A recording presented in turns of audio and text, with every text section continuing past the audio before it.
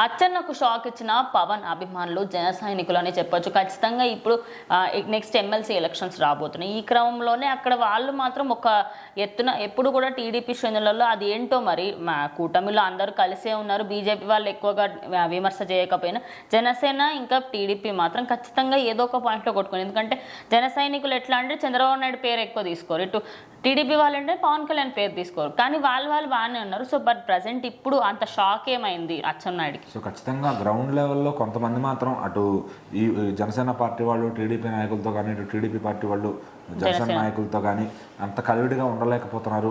ఎంతవరకు కూటమి బలంతో వచ్చినా కానీ వీళ్ళ గ్రౌండ్ లెవెల్లో మటుకు వీళ్ళకు ఉండే ఒక ఇన్సెక్యూరిటీ ఏదైతే ఉందో అది మాత్రం అలాగే ఉందన్నమాట. సో ఖచ్చితంగా వాళ్ళని ఎందుకు మనం చేయాలి, మన డామినెన్స్ ఉండాలని చెప్పి వాళ్ళ ఏరియాల బలంలో వాళ్ళు చూపించుకుంటున్నారనమాట. సో రీసెంట్గా ఇప్పుడు ఈ ఎన్నికలు మళ్ళీ వస్తున్నాయి, అది ఎమ్మెల్సీ ఎన్నికలు. సో వాటి గురించి ఏదో బూత్ చెక్కింగ్స్ వాటిల్లో ఉంటే అనమాట అచ్చెన్నాయుడు గారికి అక్కడికి వెళ్ళి జనసేన నాయకులు నిరసన తెలపడం, అక్కడికి వెళ్ళి చంద్రబాబు గారి పేరు మాత్రమే తీస్తున్నారు అనే విధంగా మాట్లాడటం. సో చాలా మంది టీడీపీ నాయకులంతా కూడా ఆటోమేటిక్గా చంద్రబాబు గారి పేరే లేపుతారు, అట్లాగే నారా లోకేష్ గారి పేరే లేపుతారు. మరి ఇటేపు జనసేన మినిస్టర్స్ ఎవరైనా ఫస్ట్ ప్రిఫరెన్స్ పవన్ కళ్యాణ్ గారికి ఇచ్చి తర్వాత అంటారు, కానీ ఇక్కడ టీడీపీ వాళ్ళు అది కూడా చేయట్లేదు. సో అది కొంచెం జనసైనికుల ఆటోమేటిక్గా ఇప్పుడు ఎవరి ఇండివిజువల్ పర్స్పెక్టివ్ అనేది వాళ్ళకు ఉంటుంది. సో వాళ్ళు ఏదో అనలేదని చెప్పి వీళ్ళ క్రేజ్ మాత్రం ఏం తగ్గిపోదు, వీళ్ళ స్నేహభావం కానీ వీళ్ళ ఇది కానీ అండర్స్టాండింగ్ కానీ ఏం తగ్గిపోదు. సో అది జన సైనికులు తీసుకునే విధానం బట్టి ఉంటుందన్నమాట.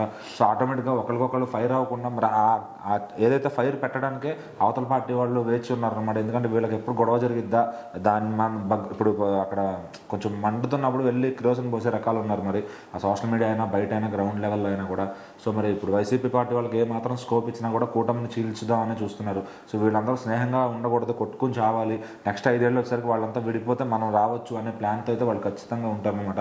సో ఇలాంటప్పుడు ఎన్నికలు వచ్చే ముందే డిస్టర్బెన్సెస్ అనేవి క్రియేట్ చేస్తారు. సో ఖచ్చితంగా అవి ఆలోచించుకోమని చంద్రబాబు గారు ఎప్పుడో చెప్పారు. ఎన్నికల సమయంలో కొంచెం అలర్ట్గా ఉండండి, ఎవరు ఏదన్నా మాట అన్నట్టు మీరు ఆవేశపడద్దు, ఆలోచించండి, ఎవరు ఎందుకు చేయిస్తున్నారు, దాని వెనకమాల ఆంతర్యం ఏంటి అనేది ఆలోచించమని చెప్తారనమాట.